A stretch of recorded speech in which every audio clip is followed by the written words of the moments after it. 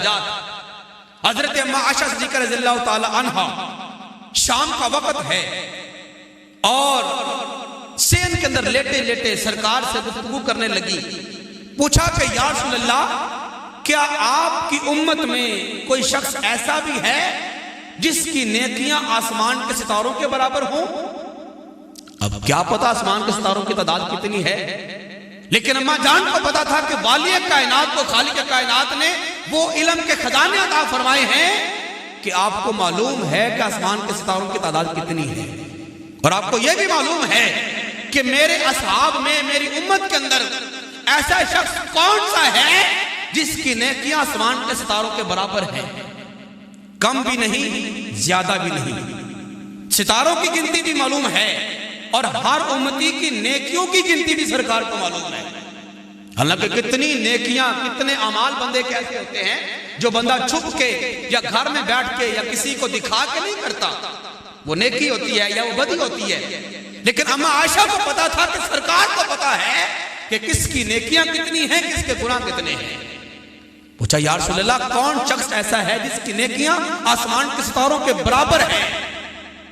فرمایا عائشہ، میرا ایک امتی ایسا ہے جس کی نیکیاں آسمان کے ستاروں کے برابر ہے۔ یا رسول اللہ، وہ کون خوش نصیب شخص ہے؟ فرمایا عائشہ، اس شخص کا نام ہے عمر ابن خطاب۔ عمر فاروق میرا وہ امتی ہے جس کی نیکیاں آسمان کے ستاروں کے بالکل برابر ہیں۔ اما جان کے چہرے پہ افسردگی آ گئی، دل میں بات تھی کہ سرکار میرے والد ابو بکر صدیق کا نام لیں گے، یہ تو نام ہی سرکار نے عمر فاروق کا لے لیا۔ سرکار نے جب چہرہ دیکھا بھانپا اور فرمانے لگے کہ عائشہ، تم جو سوچ رہی ہو مجھے معلوم ہے، تمہارے دل میں یہ بات آ رہی تھی کہ سرکار نے میرے والد ابو بکر صدیق کا نام کیوں نہیں لیا۔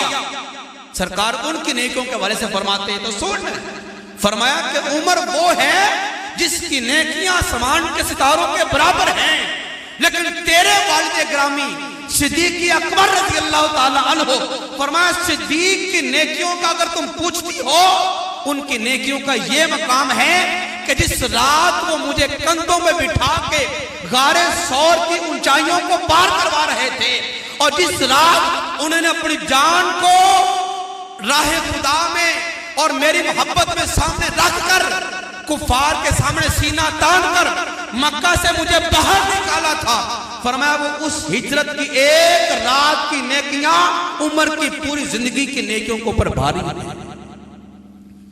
فرمایا ایک رات کی نیکیاں صدیق اکبر کی، عمر فاروق کی پوری زندگی کی نیکیوں کو پر بھاری ہیں۔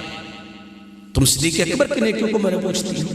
تو فرمایا کہ صدیق اکبر کی نیکیوں کا تو اندازہ ہی کوئی نہیں، صدیق اکبر کے جو اعمال صالحہ ہیں ان کا تو اندازہ ہی کوئی نہیں۔ اور اگر آپ روایات پڑھیں تو آپ کو معلوم ہوگا حضرت عمر فاروق رضی اللہ تعالی عنہ کبھی کبھی مزاح کے اندر اور جب آپس میں دوست بیٹھے ہوتے اصحاب تو کہا کرتے تھے صدیق بھائی میرے ساتھ تبادلہ کر لو، کچھ لین دین کر لو جی، کیسا؟